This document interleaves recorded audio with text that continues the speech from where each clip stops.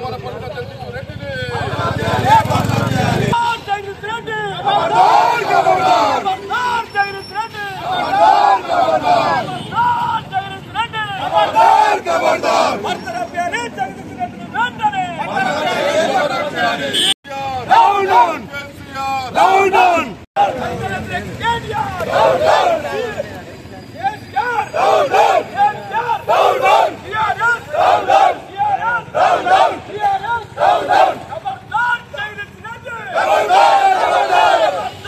బయటికి దొబ్బిరు కానీ వాళ్ళు ఉమ్మర్ వరకు కూడా రాష్ట్రం నుండి మనం వేరే దేశానికి పంపిస్తేనే కరెక్ట్ ఉంటుంది. కాబట్టి ఈ రోజు మంచి మచ్చలేనటువంటి ప్రసాద్ కుమార్ను పట్టుకొని స్పీకర్ గారిని పట్టుకొని ఇష్టం ఉన్నట్టు మాట్లాడాడు. కాబట్టి మొత్తానికి వాడిని రాజకీయంగా బహిష్కరించాలి. జగదీశ్వర్ రెడ్డి అనే వ్యక్తి ఇప్పుడే మా మల్లేష్ గారు చెప్పారు, రమేష్ గారు చెప్పారు, ఏమని చెప్పినట్టు వాళ్ళు ఉన్న సమస్యలన్నీ బయటికి తీసినంత వరకే మేము కాంగ్రెస్ పార్టీ తప్పకుండా వాళ్ళ వెంట పడుతామని చెప్పి మీ అందరికీ చెప్తూ ఈ కార్యక్రమానికి సుధాకర్ రెడ్డి గారు, మల్లేషు, రమేష్, నరసింహులు, రాజశేఖర్ ఇంకా కార్యకర్తలు కూడా కాంగ్రెస్ పార్టీ అందరూ కూడా ఐక్యత ఉన్నారు. కాబట్టి ఈ రోజు జగదీశ్వర్ రెడ్డి అనే వ్యక్తి మీరు ఇప్పుడే అంటున్నారు 10 సంవత్సరాలు మంత్రిగా చేసినందుకే వాడు గడ్డి తిన్నాడు. ఎందుకంటే ఈ రోజు ప్రజల్లో లేడు. కాబట్టి నేనేదో స్పీకర్ని స్వీకరిస్తే స్పీకర్ని అంటాడు నీ సొంతందా అరే అవులా నీ సొంతంది అనే మాట్లాడి కూర్చున్నాడా జగదీశ్వర్ రెడ్డి గారు. నీకు లాంగ్వేజ్ లేదు, అవలగానేగా మాట్లాడవు. నిన్న ఏదైతే అసెంబ్లీలో అట్లా మాట్లాడితే కాంగ్రెస్ కార్యకర్తలు నీ పని చెప్పేశారని చెప్పి తప్పకుండా చెప్తూ ఈరోజు మా కాంగ్రెస్ కార్యకర్తలు అందరూ కూడా వికారాబాద్ ప్రాంతంలో ఉన్నటువంటి ప్రసాద్ కుమార్ గారిని అన్నందుకు చాలా మేము ఆయనంట ప్రసాద్ కుమార్ గారు ఏది చేసినా వాళ్ళెంట ఉన్నాం. కాబట్టి ఏదైనా మేము ఎంట పోయే సమస్య లేదు. మొత్తానికి వానికి రాజకీయంగా ఉమ్మర్బరు బహిష్కరిస్తేనే కరెక్ట్ అది. ఎందుకంటే మళ్ళా ఈ రోజు 4.5 సంవత్సరాలు అంటారు, వాడు బతుకున్న రోజు రాజకీయంగా విద్యావంతులు అనుకున్న జగదీశ్వర్ రెడ్డి గారు మీరు ఏ విధంగా అయితే నిన్న సభలో ఏకవచనంతో సభాధ్యక్షుని సంబోధిస్తూ మాట్లాడి సభని హక్కులని సభ యొక్క గౌరవాన్ని మంట కలిపారు. అందుకోసమే మిమ్మల్ని సస్పెండ్ చేయడం జరిగింది.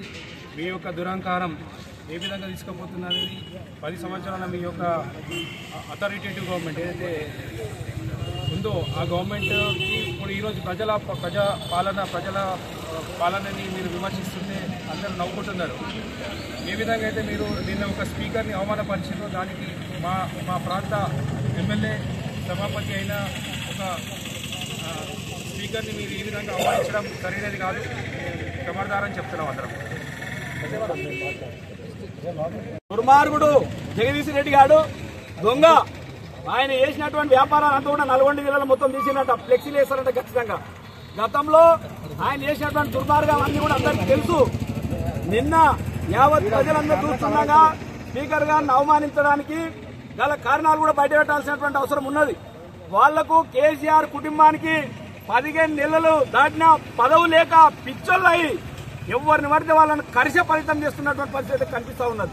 జగదీశ్వర్ రెడ్డి గారు మీరు చేసినటువంటి వ్యాపారాలలో మా సీఎం సాబ్ ఖచ్చితంగా నీ దుగ్గు తీస్తానని చెప్పి సందర్భం మాకు ఎరకైంది.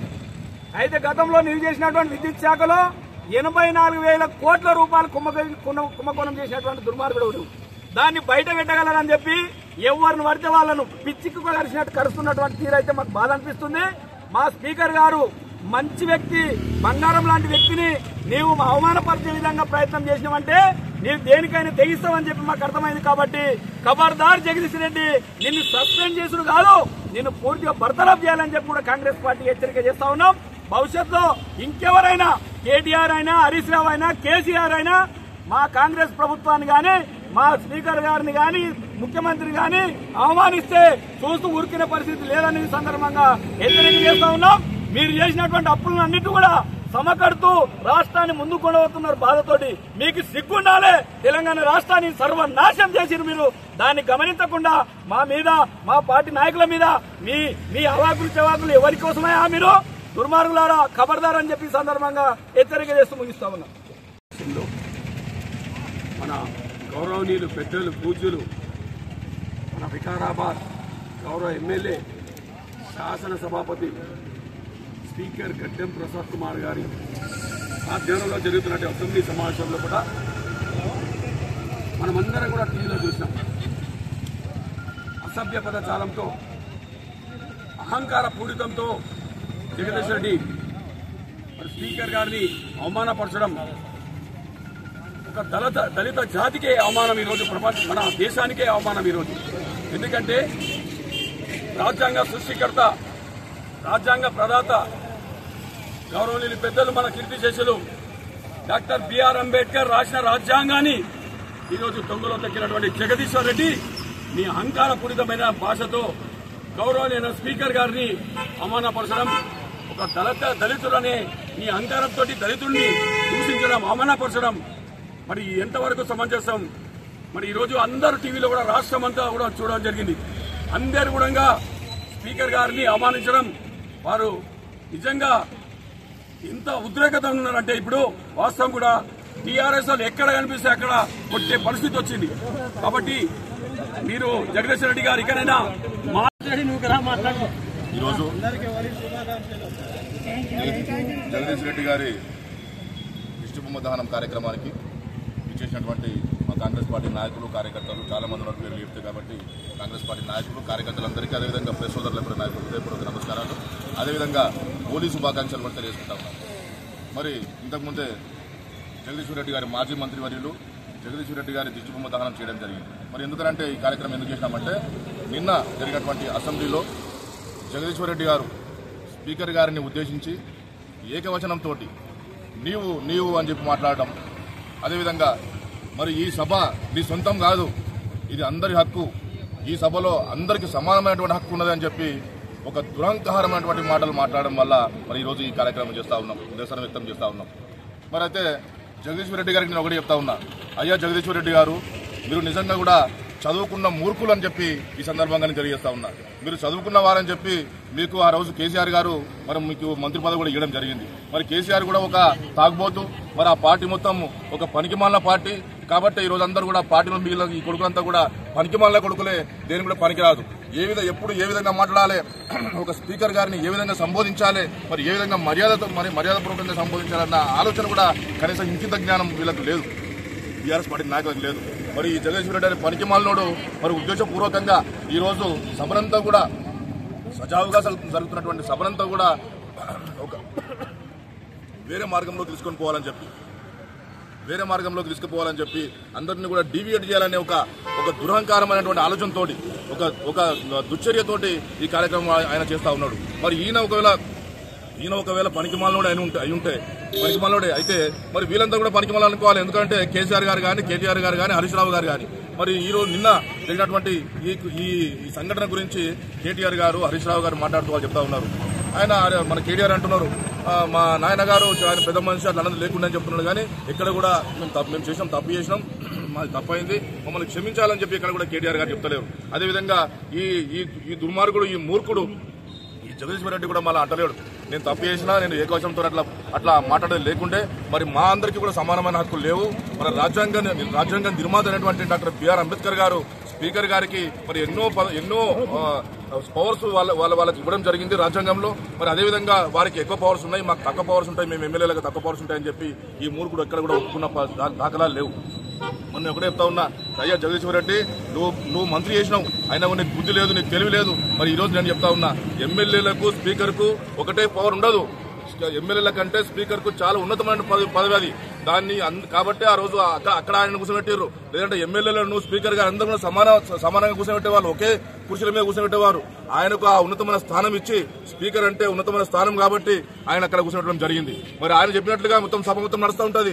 ఆయన చెప్తే అందరు కూర్చోవాలి, ఆయన చెప్పింది వినాలి. ఒకవేళ వినకపోతే వాళ్ళందరినీ కూడా సస్పెండ్ చేసే అధికారం కూడా మరి స్పీకర్ గారికి ఉన్నది. మరి అట్లాంటి ఒక స్పెషల్ పవర్స్ ఉన్నటువంటి స్పీకర్ గారిని పట్టుకొని మరి నీకు అంతే పవర్ ఉన్నది, మా అందరికి అంతే పవర్ ఉన్నది, మనం అందరం కూడా సమానం అని చెప్తున్నాడు. అంటే మరి జగదీశ్వర్ రెడ్డికి ఎంత బుద్ధి ఉన్నదో, ఎంత జ్ఞానం ఉన్నదో, మరి ఎంత చదువుకున్న మూర్ఖుడు అనేది మనం అందరం కూడా ఆలోచన చేయాల్సిన అవసరం ఉన్నది మిత్రులారా. మరి అదేవిధంగా నిన్న జగదీశ్వర్ రెడ్డి గారు మాట్లాడుతున్నారు. ఎందుకంటే ఈ సభ అంతా కూడా సజావుగా జరుగుతున్నది, కాంగ్రెస్ పార్టీకి మంచి పేరు వస్తున్నది, రేవంత్ రెడ్డి గారికి మంచి పేరు వస్తున్నది, మరి స్పీకర్ గారికి కూడా మంచి పేరు వస్తున్నది. మరి ఎందుకంటే రేవంత్ రెడ్డి గారు పలుమార్లు మీరు చాలా చక్కగా సభ నడిపిస్తున్నారు అని చెప్పి మరి స్పీకర్ గారిని, గడ్డం ప్రసాద్ కుమార్ గారిని మరి ఎన్నోసార్లు ఆయన అభినందించిన సంఘటనలను మనం చూస్తున్నాం మిత్రులారా, పేపర్లలో కానీ టీవీలలో కానీ. మరి ఇట్లాంటి సంఘటనలు జరుగుతున్నప్పుడు ఈ సభ సజావుగా జరుగుతున్నప్పుడు మరి ఈయన జగదీశ్వర్ రెడ్డి గారు ఆ ప్రశాంతమైన నదిలో ఒక రాయి వేస్తే ఏ విధంగా అయితే అల్లకలం జరుగుతుందో ఆ విధంగా ఈ సభనంతా కూడా అల్లకల్లం చేయాలి. స్పీకర్ గారికి చెడ్డ పేరు తీసుకురావాలి, కాంగ్రెస్ పార్టీకి చెడ్డ పేరు తీసుకురావాలి, రేవంత్ రెడ్డి గారికి చెడ్డ పేరు తీసుకురావాలి అనే ఒక దుర్మార్గమైనటువంటి ఆలోచనతోనే మరి ఈ విధంగా ఆయన ప్రవర్తిస్తున్నారని చెప్పి మనం అందరం కూడా ఆలోచన చేయాల్సిన అవసరం ఉన్నది. అదేవిధంగా రేవంత్ రెడ్డి గారు ఎన్నో ఇబ్బందులటువంటి రాష్ట్రానికి ముఖ్యమంత్రిగా అయ్యి మరి మీకు అందరికీ తెలిసిన విషయమే 7 లక్షల పైచలకు అప్పులు ఆ రోజు కేసీఆర్ గారు చేశారు 10 సంవత్సరాలు గవర్నమెంట్ నడిపి.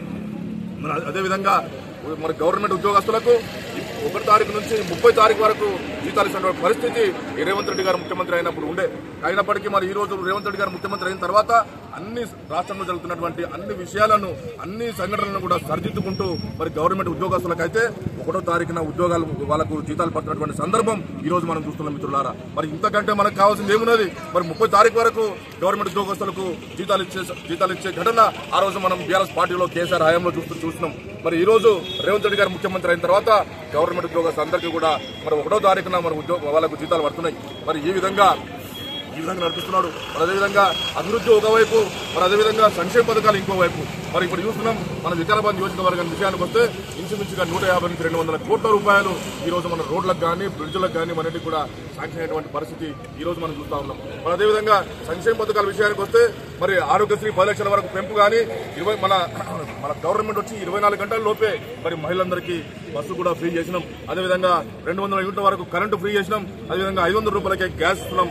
ఇంకా ఏమైనా ఉంటే కూడా తప్పకుండా ఇస్తాం. అదేవిధంగా 2 లక్షల రూపాయల వరకు రైతు రుణమాఫీ ఏకకాలంలో చేసినటువంటి ఘనత కాంగ్రెస్ పార్టీది, యనమల రేవంత్ రెడ్డి గారిది, అదేవిధంగా మా స్పీకర్ గారిది కూడా.